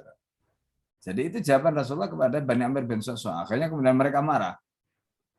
Ya, karena merasa ya ngapain kalau begitu? Nah, ngapain kalau begitu? Ya, sudah susah-susah dijadikan sebagai bidikan seluruh bangsa Arab, tapi giliran menang nggak dapat apa-apa. Nah, ya ini pragmatisnya Bani Amir bin Sa'sa'a. Akhirnya kemudian terjadilah penolakan. Ya. Nah, kita masuk ke Bani Bakar bin Wa'il ini. Jadi Bani Bakar bin Wa'il ini juga sama, dia didatangi oleh Rasulullah. Ya, didatangi oleh Rasulullah dan Rasulullah SAW ini mendatangi mereka dengan melibatkan Abu Bakar. Jadi peristiwanya ini juga kalau kita baca di Mina karena tempat biasanya Rasulullah mendatangi mereka pada saat musim haji di Mina. Nah, di situ Rasulullah datang bersama Abu Bakar. Abu Bakar mendampingi. Tapi Rasulullah itu dikuntit terus sama Abu Jahal sama Abu Lahab tadi. Ya kan? Nah, ini makanya kalau kita sekarang bicara dalam konteks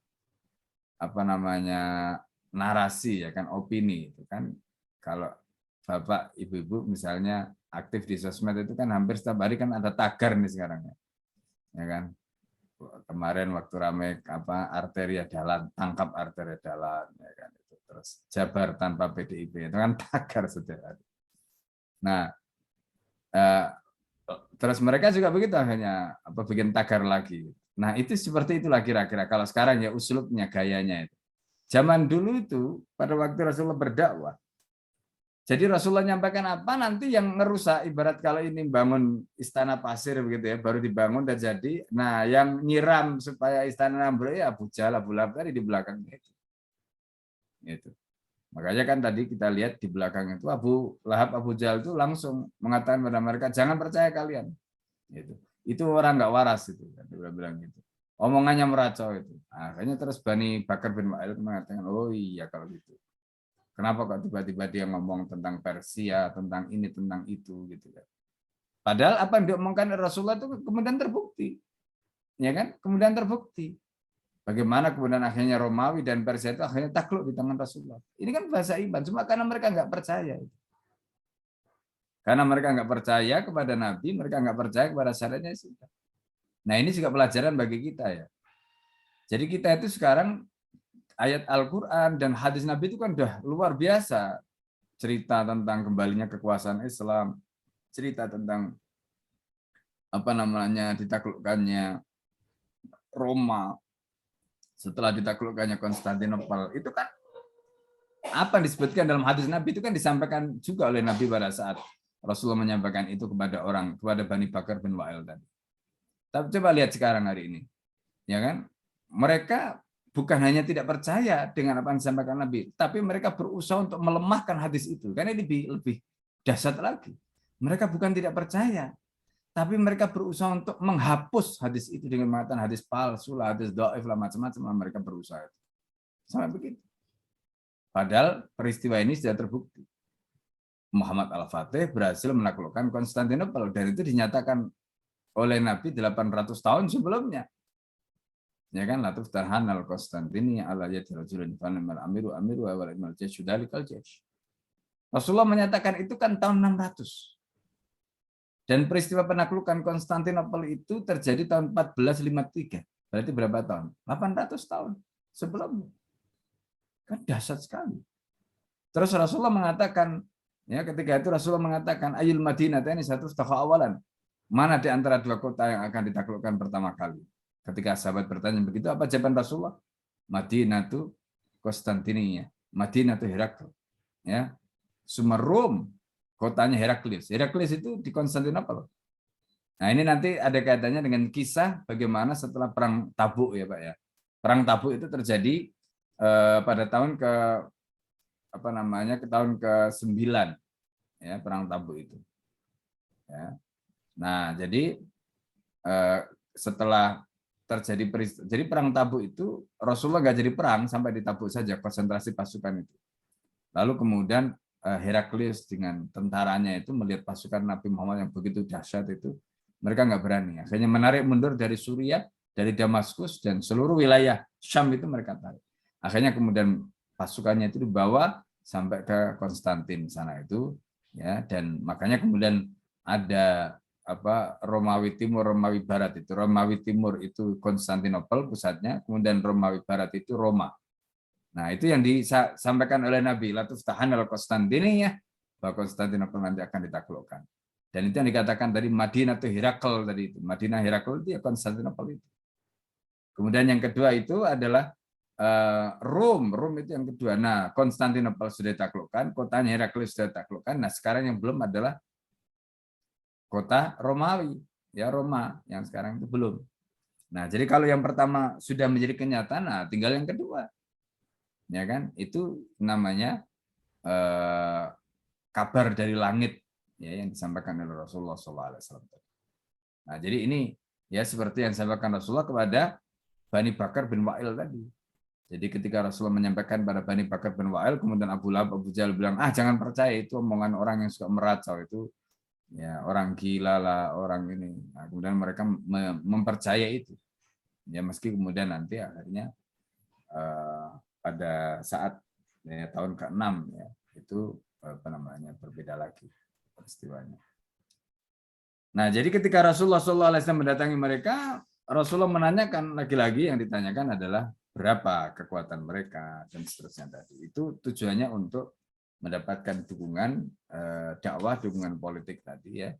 Sampai kemudian Rasulullah membacakan itu surat Al-An'am ya, ayat 151 sampai 53. Jadi ayat itu menyatakan kul ta'alu atlu ma harrama rabbukum alaikum.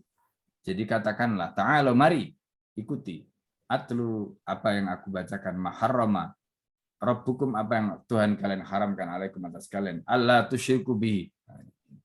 Kalian jangan menyekutukan Tuhan kalian syai'a dengan apapun.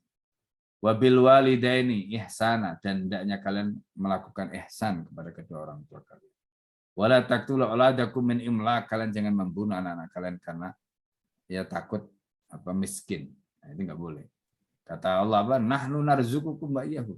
Yang memberi rezeki itu bukan kalian tapi kami, kata Allah. Wala taqrabul fawahisha. Kamu jangan mendatangi fawahish, perbuatan keji, zina dan sebagainya. Ma dhahara minha wa ma batan, apa yang tampak dan seterusnya. Kemudian wala taqtulun nafsal lati haramallahu illa bil haqq. Kalian jangan membunuh jiwa yang Allah haramkan kecuali dengan cara yang hak. Cara yang hak itu seperti apa? Misalnya kalau ada orang yang berzina, dia sudah menikah, itu namanya zina muhson, maka dia boleh dibunuh, ya, atau bahkan wajib karena hukumnya hukum rajam. Nah, orang yang membunuh dibunuh itu namanya hukum ya kisos. Nah, itu boleh, itu namanya illa bil haq. Dzalikum wasaqum bihi la'allakum ta'qilun, itulah yang dia wasiat kepada kalian supaya kalian mikir. Kemudian berikutnya wala taqrabu malal yatim illa billati ahsan. Kalian jangan dekat-dekat dengan harta anak yatim, ini untuk pengelola harta anak yatim. Illa billati ahsan, kecuali dengan cara yang baik. Hatta yablugha asyuddah, sehingga anak yatim itu sampai dewasa. Wa auful kaila, kemudian kalian jangan mencuri timbangan, takaran. Ya, tunaikanlah timbangan dan takaran itu bil qisti, dengan adil. Jadi jangan sampai kalau kita nimbang kita berbuat curang ya, kalau untuk kita lebihkan, kalau untuk orang lain kita kurang, enggak boleh. Bil qisti, harus adil. La nukallifu nafsan illa wus'aha, kami tidak membebani jiwa kecuali sesuai dengan kemampuannya. Wa idza qultum kalau kalian berkata-kata fa'dilu, ya, berbuat adillah. Walau kana dza qurba, meski terhadap orang yang punya hubungan kerabat. Wa bi adillahi aufu, dan tunaikanlah janji atau komitmen kepada Allah. Dzalikum wasaqum bila alakum tadzakkarun.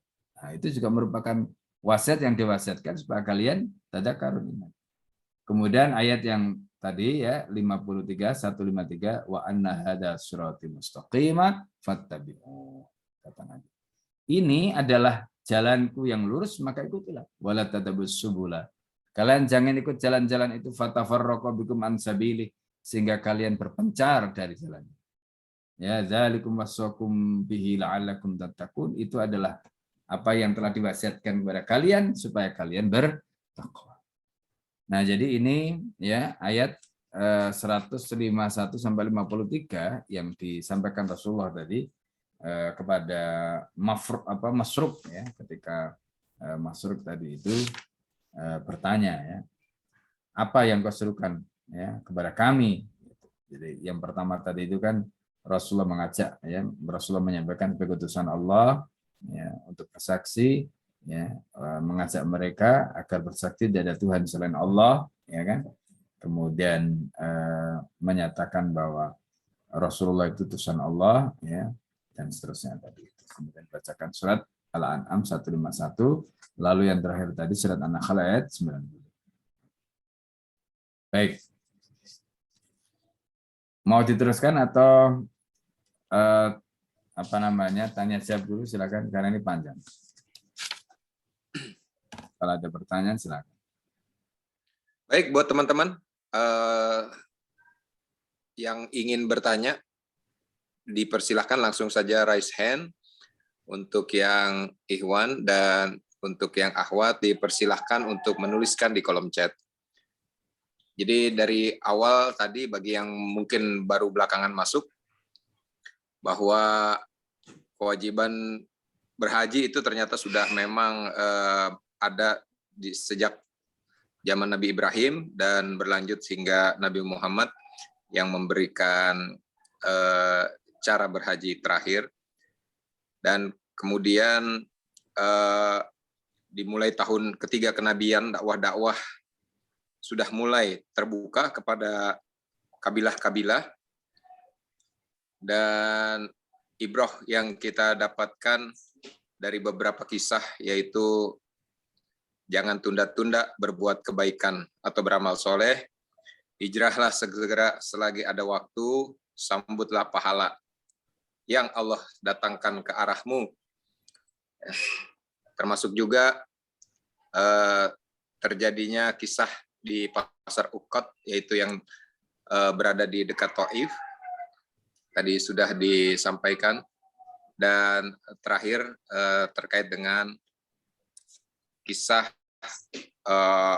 dakwah Rasul kepada Bani Bakar, dan tentunya jawaban beliau terkait dengan pertanyaan-pertanyaan dari Makruf. Sekali lagi bagi sahabat dakwah, sahabat-sahabat dari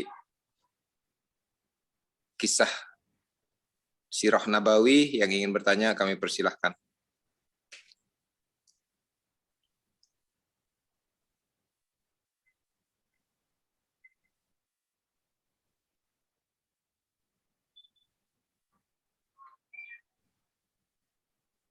Jika belum ada, oh mangga silakan lanjut Pak D, silakan. Tadi di depan disampaikan bahwa ketika kita menyampaikan atau dalam lebih khusus lagi kita mendakwahkan Islam itu tidak hanya sekedar menyampaikan, artinya ya memang maksud dari awal untuk membangun peradaban dan segala macam itu memang harus termaktub di dalam apa yang kita sampaikan. Nah, pertanyaan saya adalah ketika kita menyampaikan itu apakah kita sampaikan secara terang-terangan dari awal, atau bahwa itu kita sisipkan cukup di dalam konten-konten dalam kita menyampaikan. Demikian, Ustaz. Iya. Jadi dakwah itu harus kita pilih. Sebenarnya ada dua konteks ya.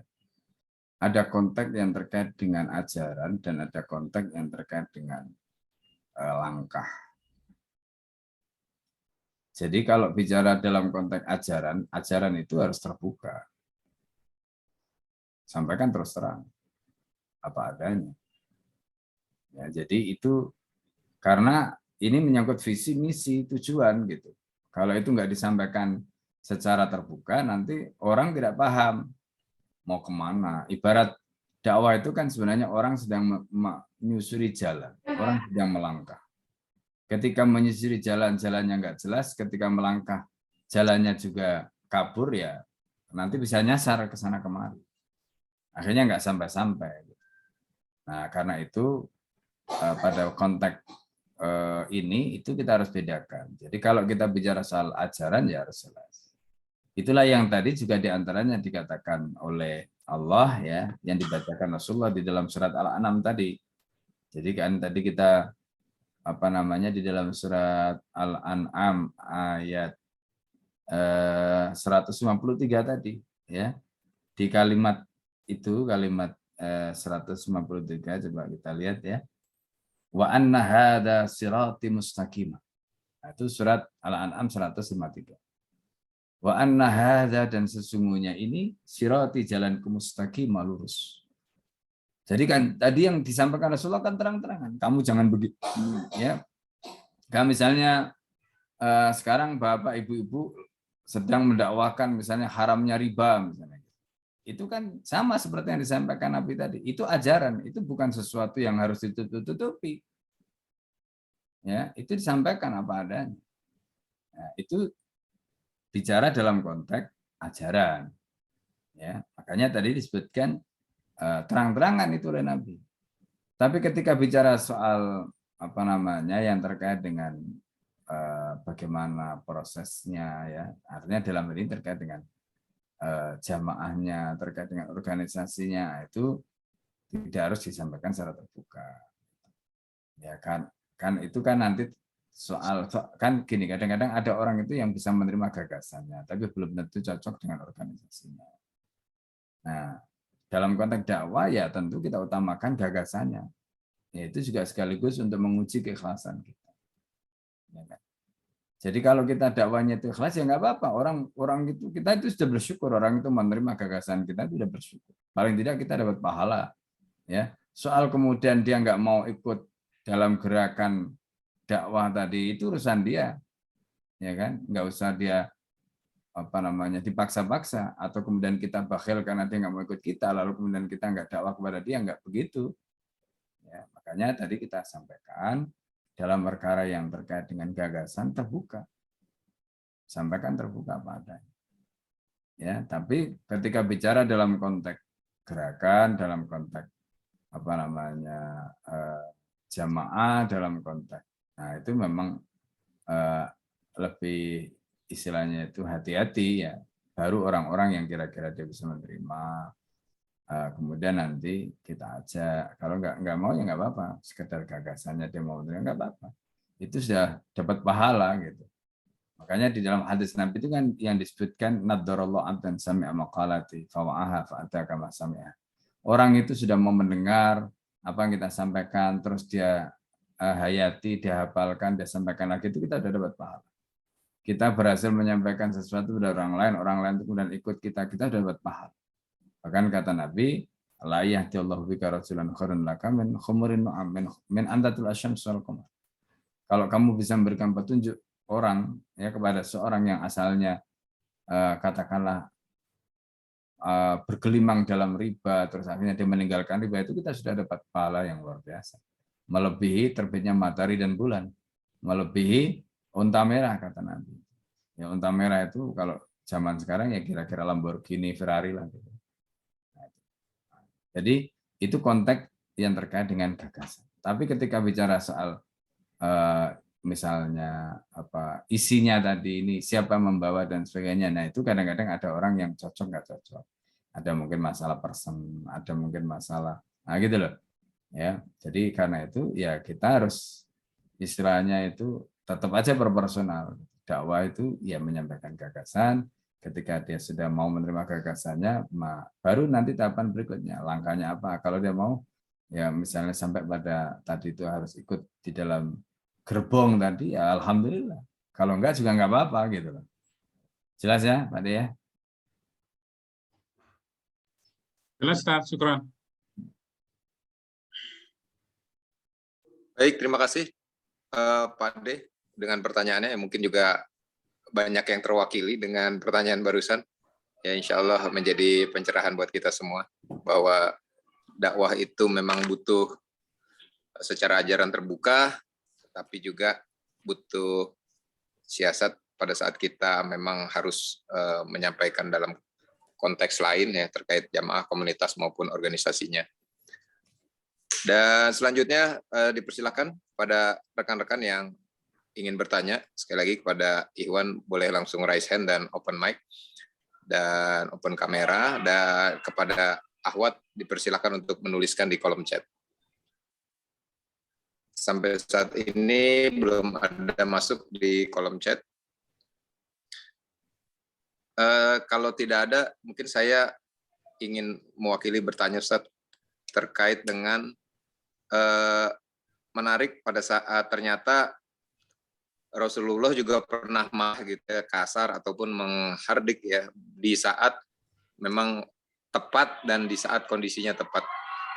Mungkin kalau bisa dijelaskan Ustaz terkait dengan itu, ada contoh-contoh lain atau yang bisa direlatif diimplementasikan kita gitu ya, posisi dalam hal apa kita juga harus tegas seperti yang tadi dicontohkan Rasulullah. Gitu Ustaz. Ya, bisa dijelaskan. Ketika kita bicara dalam konteks pembelaan terhadap Islam yang dinistakan, Nabi yang dihinakan, ya tegas. Ya, jadi alasan Rasulullah aja nggak marah kok, ngapain kita marah, itu nggak bisa kita pakai. Ya. Nah, jadi ini sebenarnya catatan. Ya, tapi itu nanti kembali semua kepada konteks, dalam arti begini. Jadi kalau misalnya kita berada di negeri kaum muslimin yang mayoritas muslim, ya tidak ada taqiyah. Apa taqiyah itu? Menyembunyikan apa yang sebenarnya harus kita sampaikan.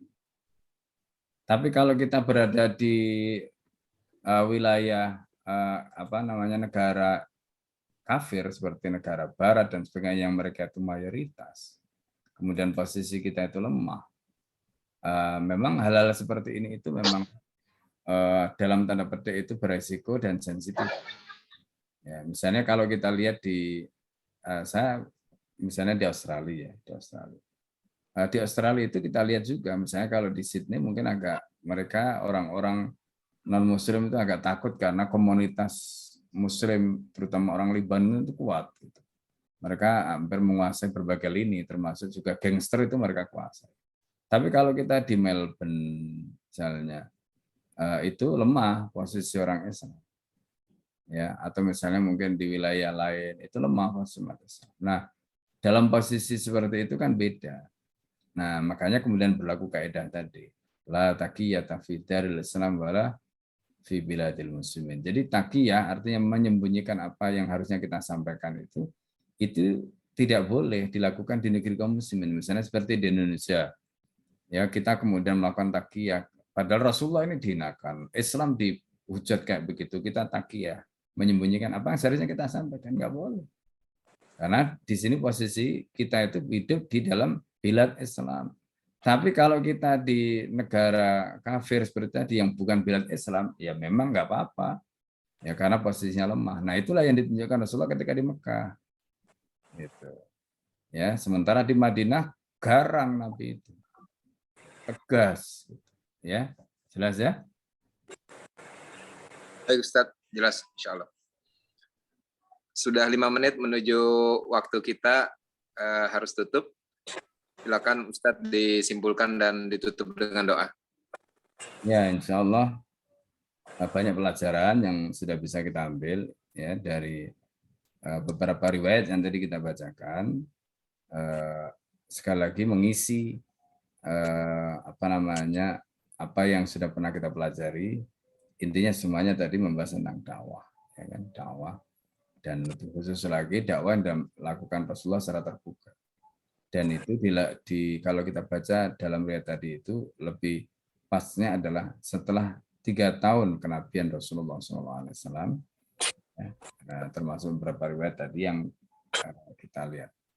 Nah, apa yang disampaikan Rasulullah baik itu kepada misalnya tadi Bani Bakar bin Wa'il, kemudian bani-bani yang lain tadi, itu targetnya adalah untuk mendapatkan dukungan dakwah, ya, atau dengan kata lain kekuasaan. Itu tidak didapatkan oleh Rasulullah, justru Rasulullah mendapatkan syararat, penolakan yang keras seperti yang dilakukan oleh Fujro dan sebagainya.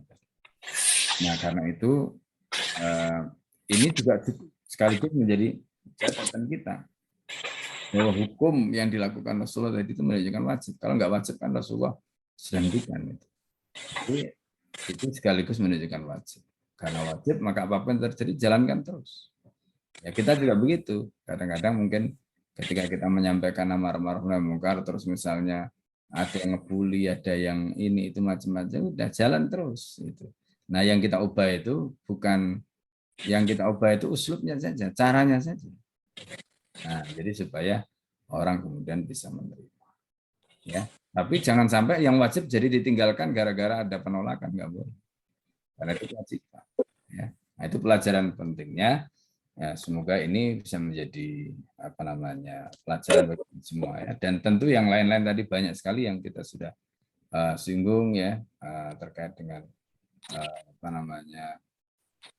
apa yang menjadi keyakinan ya sebagian sahabat ya, seperti kisah Maisarah yang termasuk dan sebagainya tadi. Allah ya, kita bisa banyak belajar dari riwayat-riwayat tadi ya, semoga itu semakin mengokohkan langkah kita semua. Kita tutup ya dengan doa kafaratul majelis, dengan baca surat Al-Fatihah dulu. Kita baca surat Al-Fatihah, semoga Allah menjadikan ilmu kita menjadi ilmu yang bermanfaat. Aladini aku nuntut surah Al-Fatihah. A'udzubillahi minasyaitonirrajim. Bismillahirrahmanirrahim. Alhamdulillahirabbil alamin arrahmanir rahim maliki yaumiddin.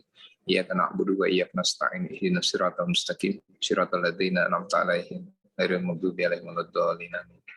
Bismillahirrahmanirrahim. Allahumma shalli wa sallim ala sayyidina Muhammadin alhamdulillahirabbil alamin hamdan wa fi ni'amaka fi mazidah. Ya Rabbana hamduka wa bihamdika kalimatin sultanik. Allahumma anfa'na bima 'allamtana wa 'allimna ma yanfa'una wa zidna ilma. Allahumma anfa'na bima 'allamtana, Allahumma anfa'na bima 'allamtana, Allahumma anfa'na bima 'allamtana wa 'allimna ma yanfa'una wa zidna ilma. Rabbana atina fid dunya hasanah wa fil akhirati hasanah wa qina adzabannar. Sallallahu alaihi wasallam Muhammadin alhamdulillah.